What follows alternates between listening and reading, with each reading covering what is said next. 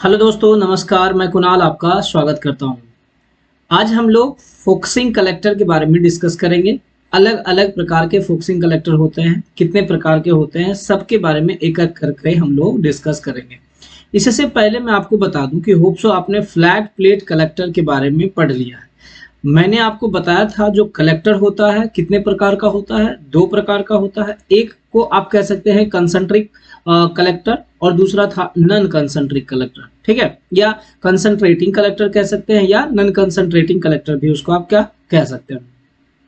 तो जो non concentrating collector था वो था आपका फ्लैट प्लेट कलेक्टर। उसके बारे में ऑलरेडी आपने पढ़ लिया है कि फ्लैट प्लेट कलेक्टर क्या होता है, वह कैसे वर्क करता है, उसका कंस्ट्रक्शन कैसा होता है, सबके बारे में आपने पढ़ा। और या फिर आप कह लीजिए कि फ्लैट प्लेट कलेक्टर से टेम्परेचर आप लोग कितना तक रीच कर पाते हैं, है ना, कितना टेम्परेचर आप ऑब्टेन कर पाते हैं, सबके बारे में हमने देखा। या फ्लैट प्लेट कलेक्टर का इस्तेमाल करके आप लोग इलेक्ट्रिसिटी कैसे प्रोड्यूस कर सकते हैं, इसके बारे में भी आपने जाना। आज हम लोग पढ़ेंगे फोकसिंग कलेक्टर के बारे में, है ना। आज हम लोग पढ़ेंगे फोकसिंग कलेक्टर के बारे में कि फोकसिंग कलेक्टर जो होता है वह क्या होता है, या कितने प्रकार के होते हैं, और यह कैसे वर्क करता है। ध्यान रखिएगा, ये आप लोग जो है ना बार बार अभी जैसे कॉल करते हैं या फिर मैसेज करते हैं कि सर सिलेबस में जो है वो पढ़ाइए सर। देखिए सिलेबस में जो है वही मैं पढ़ा रहा हूँ, ऐसा नहीं है कि उससे बाहर में पढ़ा रहा हूँ, है ना। लेकिन अगर आप ऐसा सोचिएगा कि एक लाइन सिलेबस में दिया हुआ है, बस वही लाइन को मैं कवर कर दूं, तो फिर आगे आपको परेशानी होगी। एग्जाम में मान लिया जाए कि अगर उससे रिलेटेड कोई क्वेश्चन पूछ देता है तो फिर आप कैसे सॉल्व कर पाएंगे। आप तो बस एक लाइन पढ़ के आए थे ना, जो लाइन दिया हुआ था, जैसे कि आपके सिलेबस में दिया हुआ है सीएसपी।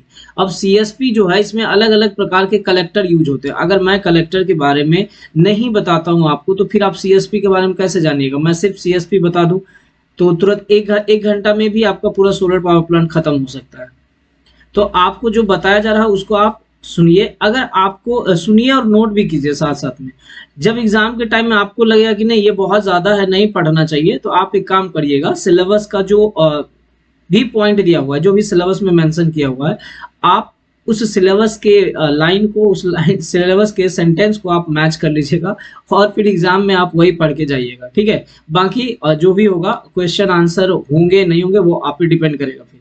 और अगर आप मेरे अकॉर्डिंग चलते हैं तो मैं जो आपको पढ़ा रहा हूँ उससे पढ़िए, होप सो आपका एक भी क्वेश्चन एग्जाम में नहीं छूटेगा। इंक्लूडिंग आप ऑब्जेक्टिव भी कह सकते हैं कि 20 में से 16 से 17 ऑब्जेक्टिव आप डेफिनेटली सही कर पाएंगे, ठीक। चलिए तो आते हैं हम लोग फोकसिंग कलेक्टर पे कि फोकसिंग कलेक्टर क्या होता है। देखिए फोकसिंग कलेक्टर जो है इसी को हम लोग कहते हैं कंसंट्रेटिंग कलेक्टर।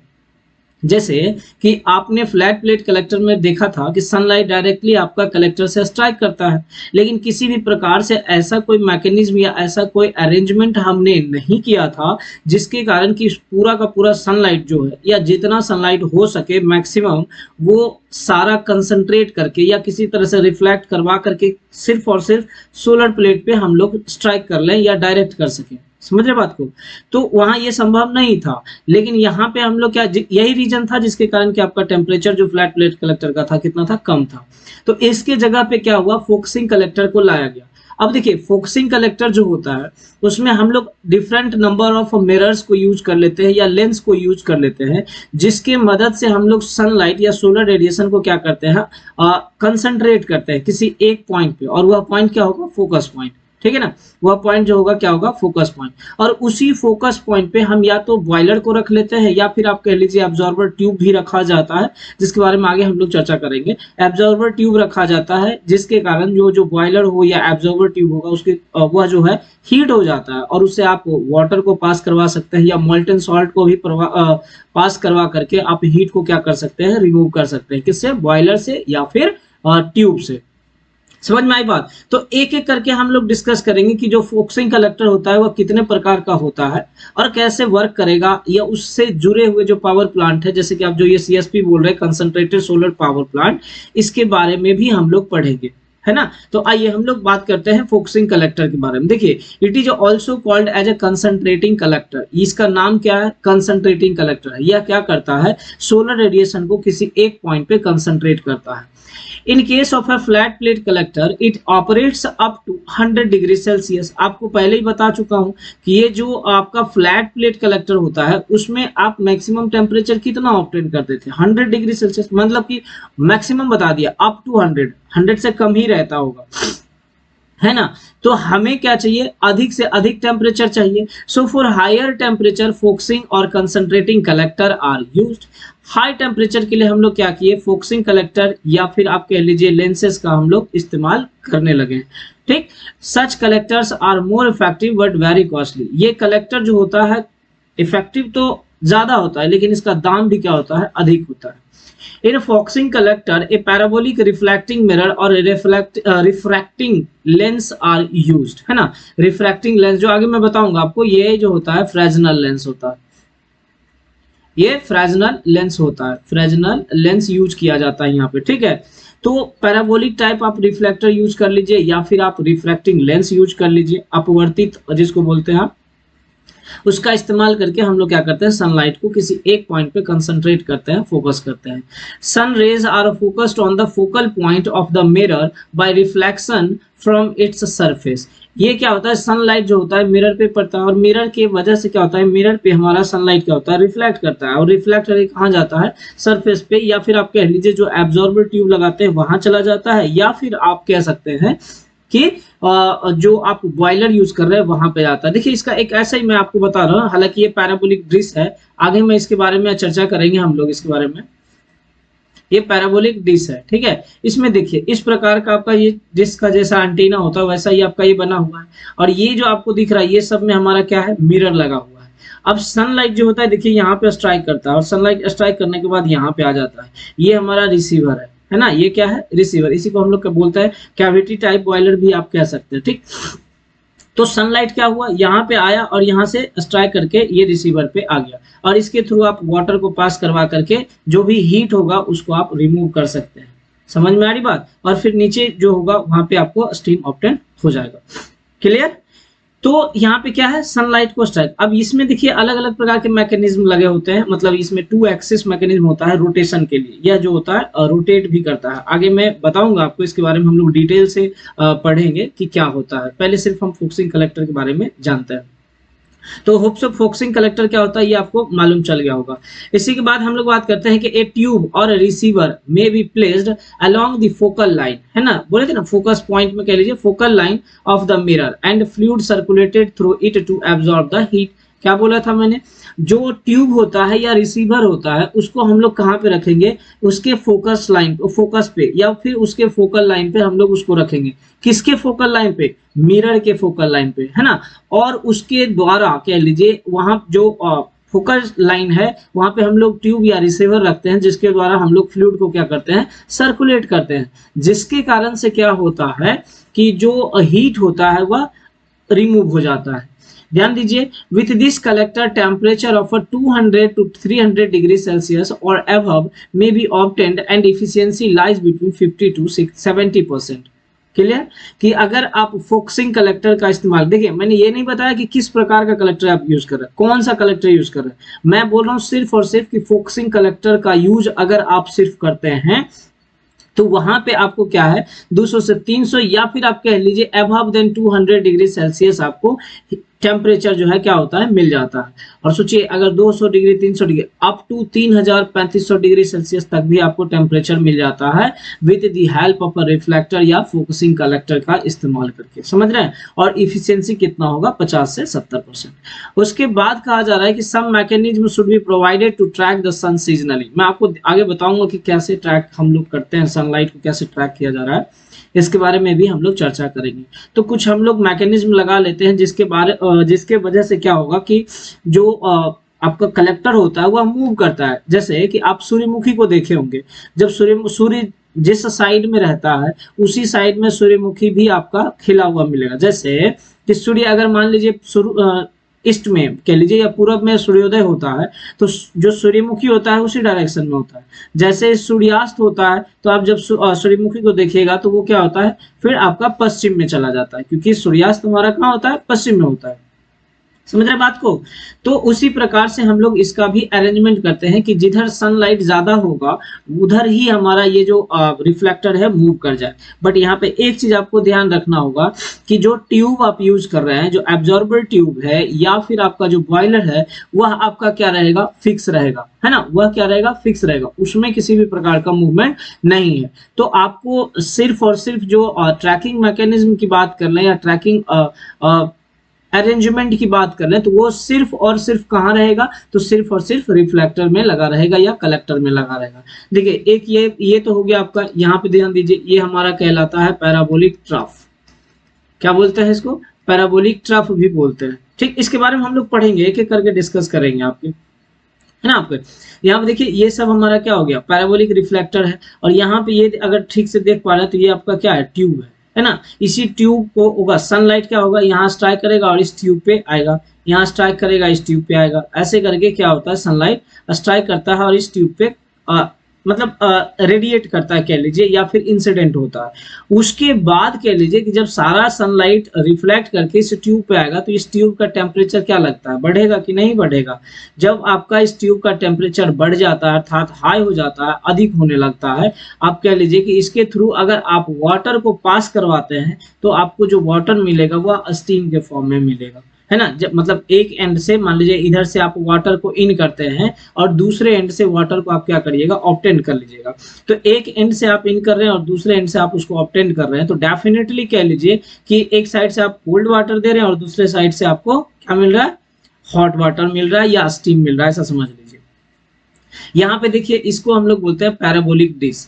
इसको क्या बोलते हैं, पैराबोलिक डिश। इसमें क्या होता है, ये हमारा रिफ्लेक्टर है, सनलाइट यहाँ रिफ्लेक्ट कर रहा है, फिर यहाँ पे आपको जाकर के कंसंट्रेट हो रहा है, यहाँ रिफ्लेक्ट कर रहा है, यहाँ जाके कंसंट्रेट हो रहा है, ऐसे रिफ्लेक्ट हुआ, यहाँ जाके कंसंट्रेट हुआ। इसको हम लोग कैविटी टाइप बॉयलर भी बोलते हैं। तो उसके बाद ध्यान दीजिएगा, जैसे ही सनलाइट, सारा सनलाइट इस तरह से हम अरेंज कर दिए हैं कि सनलाइट हमारा सब कहाँ है, इस पे स्ट्राइक करेगा और फिर कहाँ पे कंसंट्रेट हो जाएगा, इस रेडिएट, इस पे, ये हमारा जो रिसीवर लगा है, बॉयलर लगा है इस पे। अब इस बॉयलर में आप वाटर को फ्लो करवा लीजिए और वाटर को फ्लो करवा करके आप फिर फाइनली स्टीम ऑब्टेन कर सकते हैं। इसमें ये भी आप कह सकते हैं कि जैसे दिन में आपका टेम्परेचर सिर्फ रहता है, सूर्य का रोशनी रहता है या सोलर रेडिएशन होता है, रात में भी आप conventional type solar power plant का यूज कर लेते हो। उस टाइम में हम लोग मोल्टेन साल्ट का इस्तेमाल करते हैं ताकि जो टेम्परेचर हो या जो हीट हो उसको हम लोग स्टोर करके रख सकें, है ना। आगे देख लेंगे हम लोग उसको। यहाँ पे देखिए एक है आपका फ्रेजनल लेंस। ठीक, क्या बोलते हैं इसको, इसको बोलते हैं फ्रेजनल लेंस। फ्रेजनल लेंस, इसमें हम लोग लेंस का इस्तेमाल करते हैं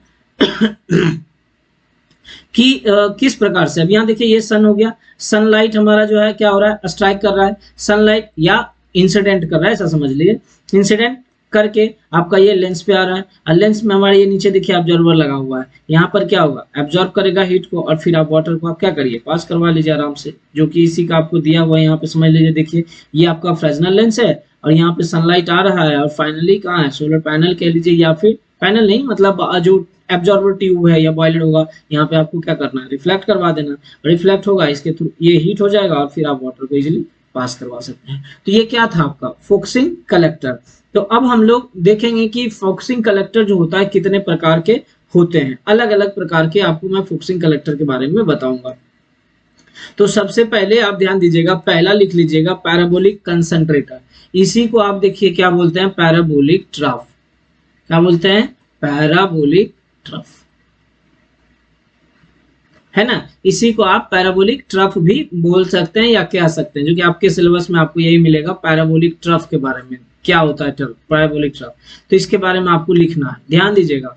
कलेक्टर जो है ना, इसमें आपको एग्जाम के पर्पज से अगर आप देखिएगा कि एग्जाम में क्या पूछा जाएगा, तो एग्जाम में आपको पूछा जाएगा कि right A short note on following, मतलब एक शॉर्ट नोट लिखिए आप किस पे, डिफरेंट डिफरेंट में। तो आपको दे देगा 3-4, जैसे पैराबोलिक कंसंट्रेटर दे दिया, या फिर पैराबोलिक डिश दे दिया, फ्रेजनल लेंस दे दिया, या फ्लैट प्लेट कलेक्टर दे दिया। तो फिर आपको किसी के बारे में लिखना है जिसके बारे में आप समझ लीजिए। यहाँ पे, यहाँ अगर आपको दिख रहा है ठीक से, तो ध्यान से देखिए, ये आपका हो गया क्या, पैराबोलिक कंसंट्रेटर, या इसी को हम लोग बोलते हैं पैराबोलिक ट्रफ। ये जनरली सोलर फार्म में यूज किया जाता है। क्लियर, सोलर फार्म कह सकते हैं कि जहां पे हम लोग कमर्शियल स्केल पे कन्वेंशनल मेथड का यूज करते हैं इलेक्ट्रिसिटी प्रोड्यूस करने के लिए, उसको हम लोग बोलते हैं सोलर फार्म। ठीक है, यहाँ पे क्या होगा, देखिए आपको यहाँ येलो मार्क दिखा होगा, सन जो है सोलर रेडिएशन है, ये आ रहा है यहाँ पे, और ये स्ट्राइक रिफ्लेक्ट करके कहाँ जा रहा है, इस ट्यूब पे।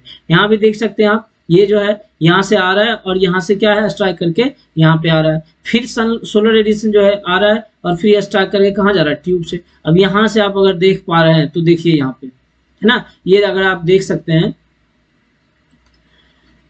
देखिए ये हमारा ट्यूब है, यहाँ से हम लोग फ्लूइड को क्या करते हैं, पास करवाते हैं, कुछ इस प्रकार से फ्लूइड को पास करवाते हैं। फ्लूइड हमारा किसके द्वारा पास करेगा, ये ट्यूब के द्वारा। अब जब बात कीजिए कि सोलर रेडिएशन आया, रिफ्लेक्शन हुआ, रिफ्लेक्शन होकर के कहाँ पे कंसंट्रेट हुआ, कंसंट्रेट किसी एक लाइन पे कह लीजिए, फोकस पॉइंट पे कह लीजिए, या फोकस लाइन पे कह लीजिए, कंसंट्रेट हो रहा है, इसलिए हम इसको कंसंट्रेटर भी बोलते हैं। ठीक है, तो सोलर रेडिएशन आया, यहाँ रिफ्लेक्टर पे कह लीजिए, या कंसंट्रेटर बोल रहे इसको, यहाँ आया, यहाँ से रिफ्लेक्ट किया, रिफ्लेक्ट करके कहाँ पे कंसंट्रेट किया, तो ट्यूब पे। तो जितना सारा सोलर रेडिएशन होगा वो सारा का सारा कहाँ पे कंसंट्रेट कर रहा है, तो इस ट्यूब पे। तो बताओ ये ट्यूब का टेम्परेचर बढ़ेगा कि नहीं बढ़ेगा, तो जब टेम्परेचर बढ़ेगा तो ये ट्यूब क्या हो जाएगा, हीट हो जाएगा, और इस मतलब हॉट ट्यूब कह लेते हैं, ये गर्म ट्यूब जो है, इसके द्वारा हम फ्लूइड को क्या करते हैं, पास करवा देते हैं। फ्लूइड को पास करवाने के बाद आप कह लीजिए कि फाइनली आप कह सकते हैं, एट लास्ट में आपको जो टेक आउट पॉइंट होगा, जहां से कि आप ऑब्टेन कर सकते हैं, वहां पे आपको क्या मिल जाएगा, हॉट वाटर कह लीजिए, या स्टीम मिल जाएगा आपको, या आप यहाँ पर आप मोल्टेन सॉल्ट को भी पास करवा सकते हैं, जिसकी वजह से जो हीट होगा वो एब्जॉर्ब कर लेगा किसमें, सॉल्ट में। समझ में आई बात, और फिर उसका इस्तेमाल करके आप स्टीम को प्रोड्यूस कर सकते हैं। क्लियर, तो आइए हम लोग ये देखते हैं। अच्छा, इसमें देखिए आपको जो है ना ट्रैकिंग मैकेनिज्म लगा रहता है। ट्रैकिंग मैकेनिज्म जो होता है, ये आगे मैं बता देता हूँ आपको कैसे आप ट्रैक करेगा, सोलर रेडिएशन को किस प्रकार से ट्रैक करेगा। तो इसमें क्या होता है कि वन एक्सिस ट्रैकिंग मैनेजमेंट होता है, ये जो है ना ऐसे करके ऐसे रोटेट करता है, ऐसे ऐसे आपका क्या है, झूला के टाइप से आप समझ लीजिए एक प्रकार से, जैसे झूला में आप धक्का देते हैं ना, तो ऊपर जाता है, फिर वापस आपका उतना ही पीछे भी चला जाता है, पेंडुलम टाइप से। तो यहाँ पे भी वन एक्सिस वैसी को बोल रहे हैं कि ये जिधर सनलाइट रहेगा उस हिसाब से ये क्या करेगा, उसको ट्रैक करेगा, किसको, सनलाइट को। और इसमें जो होता है कह लीजिए कि कंकेव मिरर का इस्तेमाल होता है। क्लियर, देख लेते हैं इसको। देखिए, ए parabolic trough is a type of a solar thermal collector. Parabolic trough जो होता है, ये क्या होता है, एक प्रकार का सोलर थर्मल कलेक्टर होता है, that is straight in one dimension, एक डायरेक्शन में ये आपका क्या है, सीधा रहता है यहाँ से लंबा, and curved as a parabola. ये क्या है, कर्व्ड क्या रहता है, एज ए पैराबोला के टाइप से क्या रहता है, कर्व्ड किया हुआ रहता है। समझ रहे हैं, वन डायमेंशन माने कह रहे कि सीधा आपका एक बड़ा लाइन से बना हुआ रहेगा, आपका लंबा रहेगा, ऐसा नहीं कि बहुत छोटा बना दो। तो ये आपका ये वन लाइन में, वन डायमेंशन में रहेगा, और ये कर्व्ड रहेगा, कैसा, ये पैराबोला के शेप में कर्व रहेगा। In the other two line with the polished metal mirror, और ये जो मिरर है इसको हम लोग पॉलिश करके रखते हैं ताकि अधिक से अधिक चमकीला हो, ताकि more and more solar radiation के लिए, अधिक से अधिक सोलर रेडिएशन को रिफ्लेक्ट करके कहाँ पे ले जा सके, ट्यूब पे। It is a set of a concave mirror. ध्यान दीजिएगा, पूछा जाएगा आपसे कि पैराबोलिक कंसंट्रेटर में कौन से मिरर का इस्तेमाल करते हैं, तो कौन सा, कंकेव मिरर का। That concentrate solar rays on the receiver tube which is located on the focus. क्या बोल दिए, ये चीज तो आपने बार बार मैं आपको बता रहा हूँ कि जो आपका कंकेव मिरर लगा हुआ है, कह लीजिए जो रिफ्लेक्टर है, ये सोलर रेज को क्या कर रहा है, रिसीव किया, और वहां से फिर इसको क्या कर रहा है, रिफ्लेक्ट कर दे रहा है। कहाँ पे रिफ्लेक्ट कर रहा है, तो ट्यूब पे, रिसीवर ट्यूब पे। और यह जो रिसीवर ट्यूब है कहाँ पे स्थित है, फोकस पे। किसके फोकस पे, ये जो रिफ्लेक्टर है उसके फोकस पे। आगे देखते हैं हम लोग, this trough can track the sun around one axis to ensure highest possible efficiency. ये जो आपका ट्रफ होता है, ये जो रिफ्लेक्टर होता है, या जो कंसंट्रेटर होता है, इस कंसंट्रेटर में क्या होता है, वन एक्सिस कह लीजिए, मतलब मैकेनिज्म यूज करते हैं, जो कि क्या करता है, अरेंज किया जाता है, समझ लीजिए इस प्रकार से कि वन एक्सिस मूवमेंट कह लीजिए कि एक एक्सिस में ये जो है सन रेडिएशन को ट्रैक करेगा, ताकि अधिक से अधिक सोलर रेडिएशन को क्या कर सके, ये रिफ्लेक्ट कर सके, किस पे, सोलर ट्यूब पे। क्लियर है यहाँ तक, होप सो आपको ये समझ में आया होगा कि पैराबोलिक कंसंट्रेटर क्या होता है। ध्यान रखिएगा इस चीज को, और ये पैराबोलिक ट्रफ भी इसी को कहा जाता है। क्लियर, आइए आगे देखते हैं। देखिए, इसी में हम लोग क्या बोले थे आपको, यहाँ पे भी देखिए उसी का शेप बना हुआ है। The fluid flows through this tube and absorb heat from the concentrated solar energy. जब ये जो ट्यूब होता है इसमें आप फ्लूइड को क्या करिएगा, पास करिएगा, और जैसे ही आप फ्लूइड को पास करिएगा तो वह फ्लूइड क्या करेगा, जो भी हीट होगा एब्जॉर्ब कर लेगा, किससे, ट्यूब से। समझ में आ रही बात।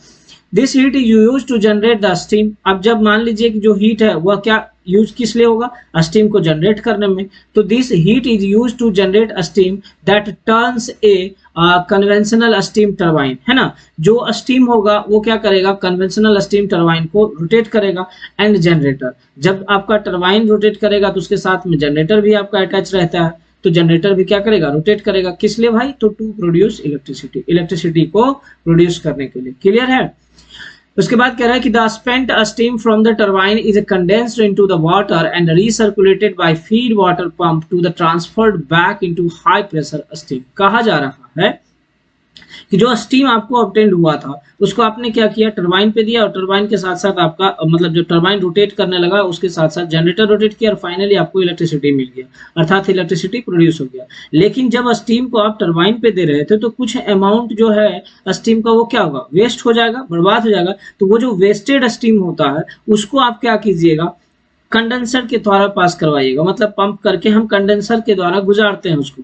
अब कंडेंसर क्या है, एक ऐसा डिवाइस है, ऑलरेडी मैंने पहले बताया है इसको भी, कि कंडेंसर कह लीजिए, एक ऐसा कंपोनेंट कह लीजिए, डिवाइस है जो कि क्या करता है कि जो भी स्टीम होगा उसको कन्वर्ट कर देगा किस चीज में, लिक्विड में, है ना। कंडेंसर का एग्जाम्पल भी आपको लास्ट लेक्चर में बताए थे, होप सो आपने देखा भी होगा, ऑब्जर्व भी किया होगा कि तो यहाँ पे क्या हो गया, जो कंडेंसर है वह स्टीम को किस चीज में कन्वर्ट कर दिया, वाटर में कन्वर्ट कर दिया।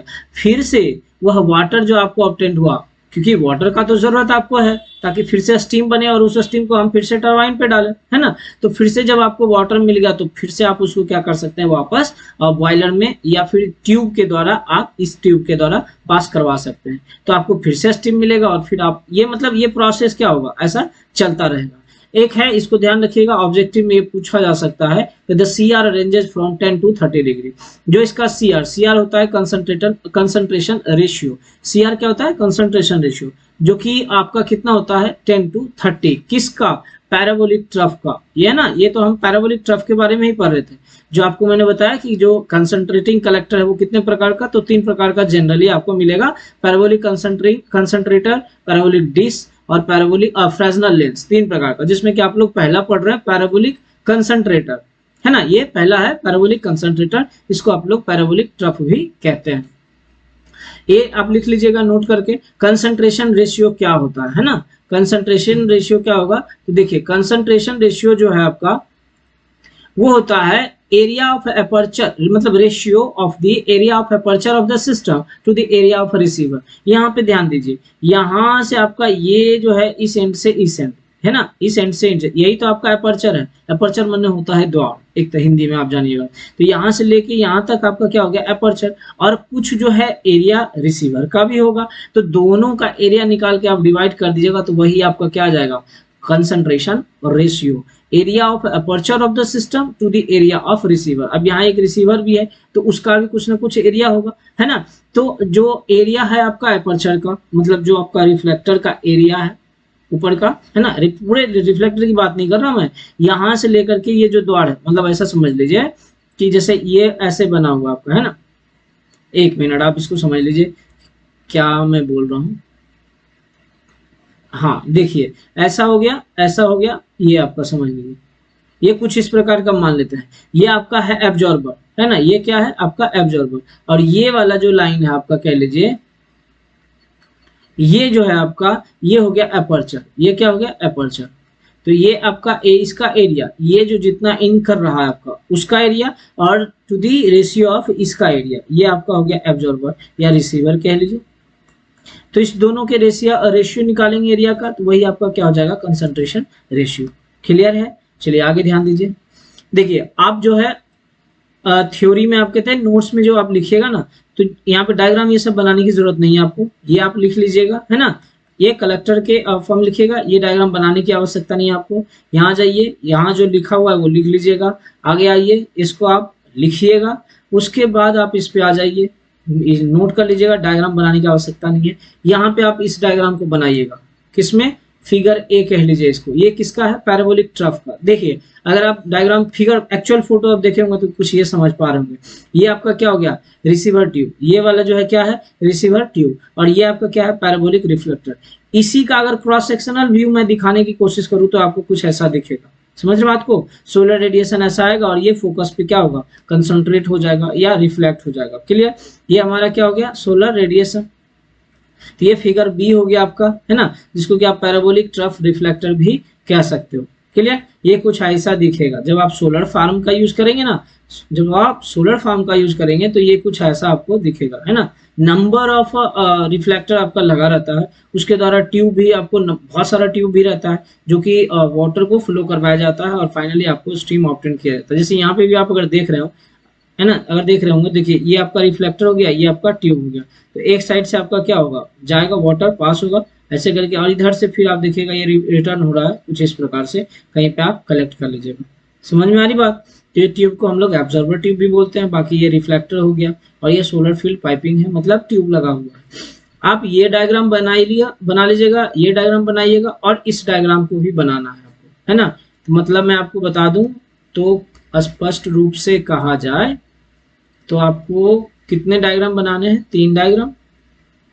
पहला डायग्राम आपका ये है, इसको बनाइएगा, नोट कर लीजिएगा, नोट डाउन, है ना, नहीं ड्रॉ इट कर लीजिए, नोट डाउन क्यों भाई। चलिए इसको भी ड्रॉ कर लीजिएगा, और ये डायग्राम आपका दूसरा है, इसको भी ड्रॉ कर लीजिएगा, और ये आपका तीसरा है, इसको भी ड्रॉ कर लीजिएगा। देखिए इसी को यहाँ पे इस शेप में बनाया गया आपको, ठीक है। ये ट्यूब हो गया आपका, और ये आपका रिफ्लेक्टिंग मिरर हो गया।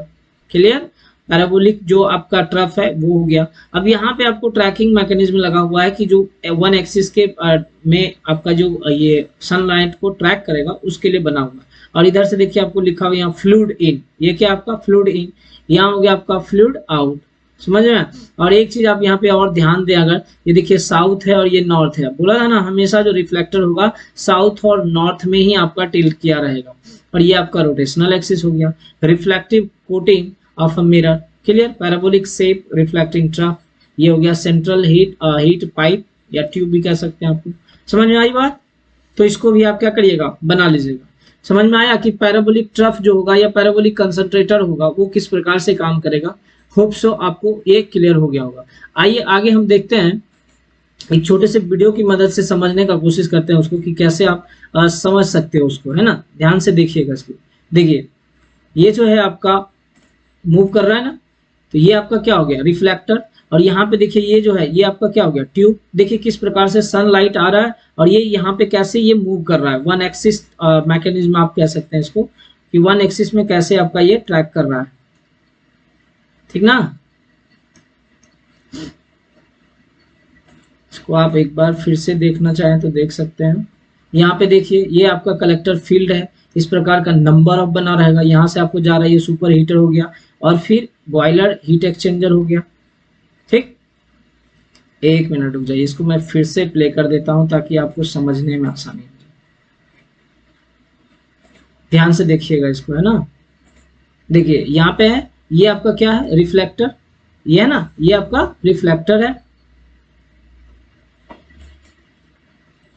और आप कह सकते हैं कि ये हमारा ट्यूब हो गया, ये क्या हो गया आपका, ये ट्यूब और ये रिफ्लेक्टर। यहाँ पे देखिए आपको एक एंड से पाइप आपका है बना हुआ, और ये मैकेनिज्म लगा हुआ है ताकि इसमें क्या हो, मूवमेंट हो। समझे बात को, क्लियर। चलिए आगे बढ़ते हैं। देखिए इसमें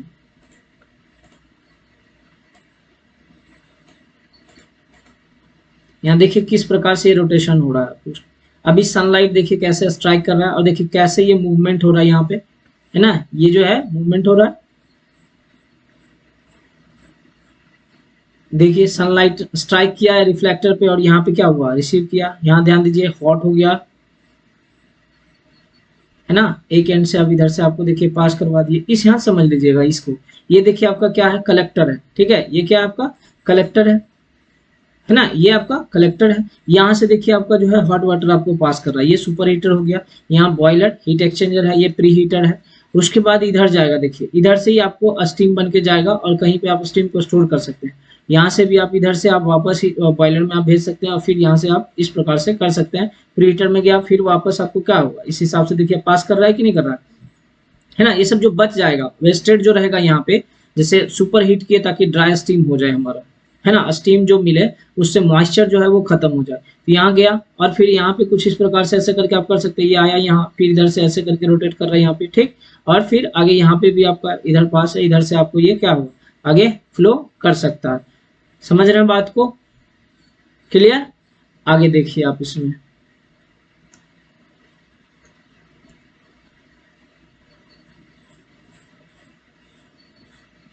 सुपर हीटर हो गया, इसको देखिए ये था सुपर हीटर, है ना, ये क्या था आपका सुपर हीटर। और फिर आप सुपर हीटर जो है उसको आप क्या कर रहे हैं, वहां से आप वाटर को यहाँ से कहाँ वाटर को आप डाल रहे हैं किस पे, टरबाइन पे, और यहाँ इलेक्ट्रिसिटी प्रोड्यूस होगा, इलेक्ट्रिसिटी प्रोड्यूस होगा, यहाँ से आप ट्रांसमिट कर सकते हैं। उसके बाद अगर आप ऑब्जर्व करें ना तो यहाँ पे आपका एयर कूल्ड कंडेंसर लगा हुआ है, यहाँ से जो वेस्टेड स्टीम होगा वो क्या करेगा, इधर पास करिए, पास करके यहाँ पे फिर वापस आप पंप कर दीजिए कहाँ पे, प्रीहीटर में, है ना। यहाँ ये फिर से आप इसको आप क्या कर सकते हैं, भेज सकते हैं कहाँ पे, वापस उसके द्वारा आप पास करवा सकते हैं, जो रिफ्लेक्टर लगा हुआ है ना उसके द्वारा आप पास करवा सकते हैं। क्लियर। तो इस प्रकार का देखिए आपको दिखेगा जो पावर प्लांट होता है। होप सो समझ में आया होगा। चलिए अब हम बात करते हैं एक दूसरे पावर प्लांट रिफ्लेक्टर जो है उसके बारे में हम लोग देखेंगे।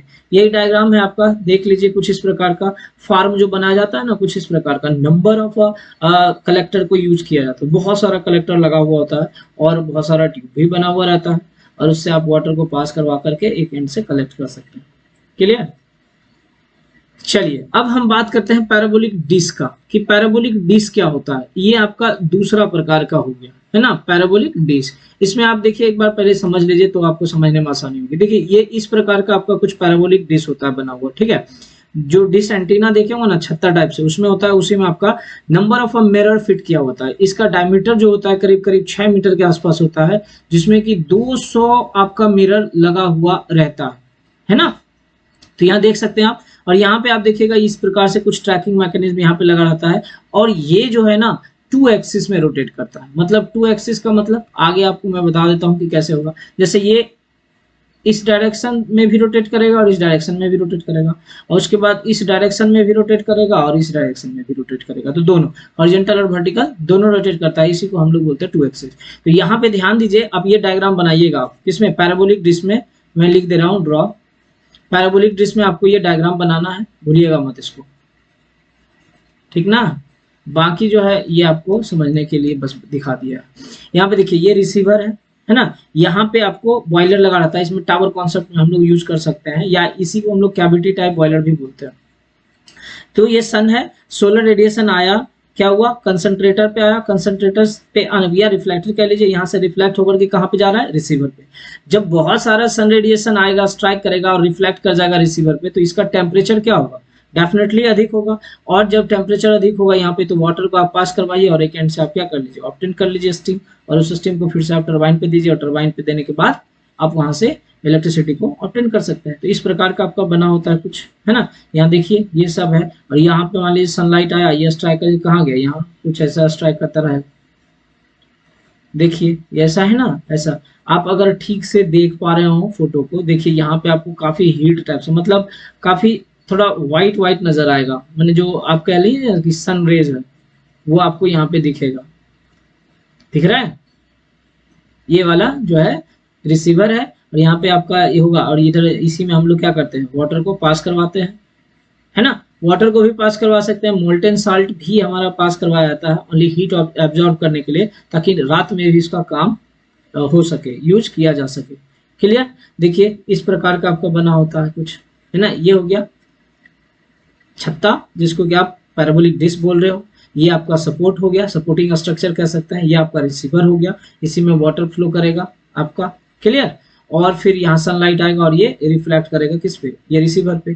यहाँ पे आप देख सकते हैं कुछ इस शेप में भी बनाया जाता है। आपने क्या बोला था, आपको नंबर ऑफ मिरर आता है, यहाँ पे देखिए आपको काउंट कीजिएगा, बहुत सारा मिरर आपको दिखाई पड़ेगा, है ना, ताकि प्रॉपरली जो है जो डिश बना हुआ है ना, पैराबोलिक डिश है, वो पूरा कवर हो सके मिरर से, और सारा का सारा सनलाइट जो है यहाँ पे रिफ्लेक्ट करवा पाए।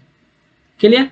यहाँ पे भी आप ध्यान दीजिए, कुछ इस प्रकार का भी पैराबोलिक डिश यूज किया जाता है। यहाँ पे देखिए नंबर ऑफ आपका मिरर यूज किया हुआ है और सारा सनलाइट क्या होगा, यहाँ पे स्ट्राइक होगा।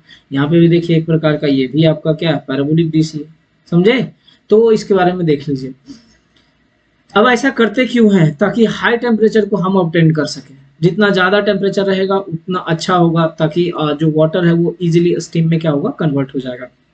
समझिएगा, to achieve high CR, CR का मतलब concentration ratio and temperature, it is required to build a point focusing collector.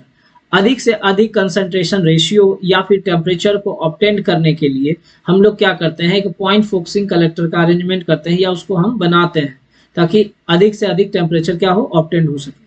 A parabolic dish collector is of a point focusing type और point focusing type as the receiver is placed at the focus of the paraboloid reflector। मैं आपको बार बार बोल रहा हूँ कि जो आपका receiver होगा या जो ट्यूब होगा या जो आप बॉयलर जिसको बोलते हो, वो सब कहाँ पे प्लेस किया रहेगा, वो सारा का सारा आपको फोकस पॉइंट पे ही प्लेस किया रहेगा, ताकि इजिली सनलाइट आए और मिरर पे स्ट्राइक करे और स्ट्राइक करने के बाद उसके फोकस पे क्या हो, रिफ्लेक्ट हो जाए। तो वही चीज है, parabolic dish collector is a point focusing type as the receiver is placed at the focus of the paraboloid reflector. उसके बाद क्या है कि as a typical case, typical case में क्या होता है, ए डिश ऑफ 6 मीटर। देखिए अभी मैंने बोला था ना आपको कि डायमीटर जो होता है कितना होता है, अबाउट 6 मीटर होता है, 6 meter in diameter, and is constructed from 200 curved mirror segment. इसमें जो होता है मिरर जो लगा होता है, लगभग कितना होता है, 200 मिरर लगा हुआ होता है। किसमें, एक ही डिश वाला डिश बनाते हैं, उसमें हम 200 मिरर यूज कर लेते हैं, है ना, जिसका डायमीटर लगभग कितना है, 6 metre. Curve segment forming a paraboloidal surface, जिसके बाद से एक सरफेस जो बनता है वो कैसा हो जाता है, पैराबोलाइडल होता है।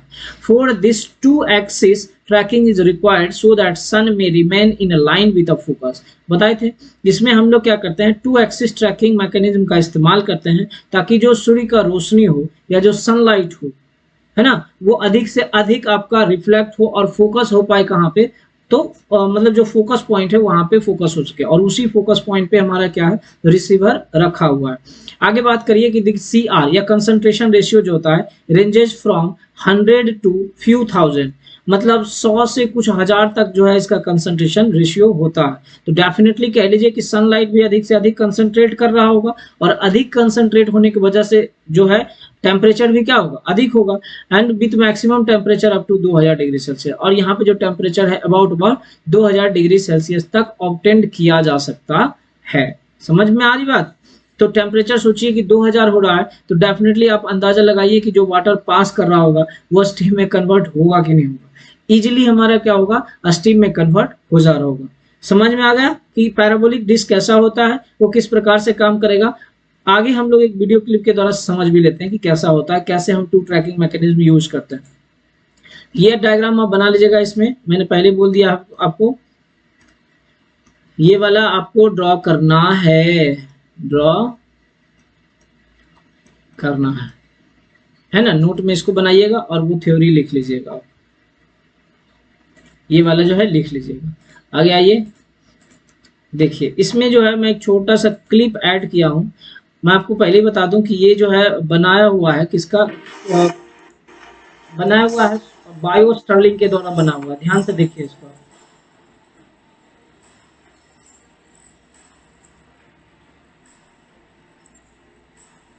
यही है आपका मिरर। ये आपको ट्रैकिंग मैकेनिज्म के लिए दिखाया जा रहा है, ठीक है। बैटरी लगा रहता है जिसमें कि ताकि सनलाइट को इजीली, देखिए यहाँ पे देखिए मूवमेंट ऑब्जर्व कर सकते हैं आप, ठीक है, देखिए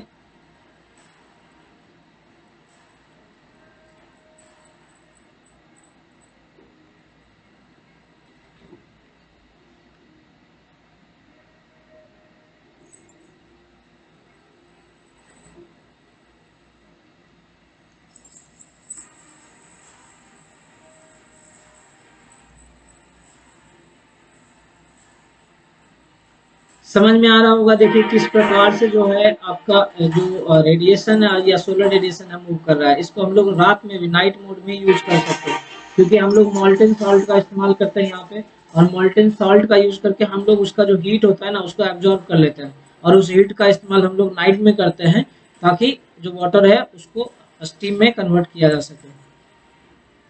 ये बैटरी यूज किया जाता है, गैस स्टोरेज है। ठीक है, एक बार मैं फिर से इसको प्ले कर दे रहा हूँ, समझिएगा इसको एक बार आप। देखिए देखिए कैसे मूवमेंट, देखिएगा यहाँ से मूव कैसे होता है, अभी कैसे मूव कर सकता है। आगे मैं एक बार और आपको इसको बता दूंगा। यहाँ पे देखिए ये स्टैकिंग मैकेनिज्म के लिए बनाया जा रहा है आपको। देखिए उठ रहा है, इधर सनलाइट आ रहा है यहाँ पे।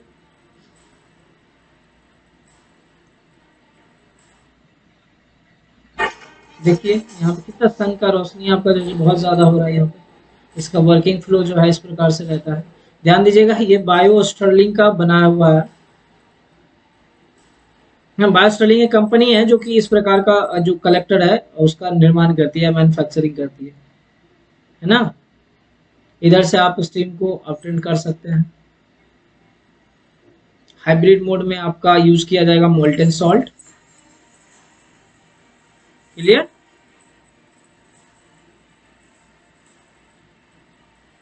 नाइट में इसमें कोई मूवमेंट नहीं रहेगा भाई, ओनली एंड ओनली दिन में कह सकते हो उसमें मूवमेंट रहेगा, बट रात में आप कहिएगा तो उसमें रात में आपको कोई मूवमेंट किसी भी प्रकार का नहीं रहेगा, है ना। दिन में देखिए कैसे मूव कर रहा है, आप अगर ऑब्जर्व कर पा रहे हो तो आप इसको समझिएगा। देखिए कैसे मूव करता है, इसको आप समझिए। देखिए ये यहाँ पे मूवमेंट आप ऑब्जर्व कीजिए, ये जो मूवमेंट है यहाँ कैसे कैसे कैसे हो रहा था।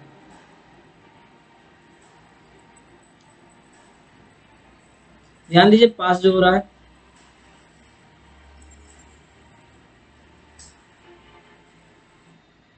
ठीक है, तो ये मैं पहले बता दिया हूँ आपको, ये किसका बना हुआ है, बायो स्टर्लिंग 4SK, मतलब ये आपका कह लीजिए कंपनी है जिसका बनाया हुआ है, जिसका कि क्लिप मैंने उठाया है। चलिए तो इसका एडवांटेज आप देख लीजिए, एडवांटेज क्या हो सकता है आप भी बता सकते हैं। कंसंट्रेशन रेशियो क्या होगा, हाई होगा। Fluid temperature can be achieved high, मतलब हाई फ्लूइड टेम्परेचर भी क्या होगा यहाँ पे मिल जाएगा, क्योंकि 2000 तक जा रहा है टेम्परेचर, तो अधिक से अधिक आप फ्लूइड का टेम्परेचर भी अचीव कर सकते हैं। फिर कहते हैं लेस थर्मल हीट लॉसेज, जो लॉस होता है हीट का, टेम्परेचर का लॉस जो है वो काफी कम होता है। High temperature system efficiency increases, अगर टेम्परेचर अधिक है तो सिस्टम का इफिशियंसी भी क्या हो रहा है, इंक्रीज कर रहा है। इनएक्सपेंसिव प्रोसेस, ये प्रोसेस जो होता है सस्ता होता है, यहाँ पे आप चीप भी लिख सकते हैं, कोई नहीं, है ना, चीप प्रोसेस होता है इसका। डिसएडवांटेज की बात करें तो डिसएडवांटेज में देख लीजिए हाई इनिशियल कॉस्ट, इसका जो इनिशियल कॉस्ट होता है शुरुआती में जो दाम होता है कह लीजिए वो क्या होता है, अधिक होता है।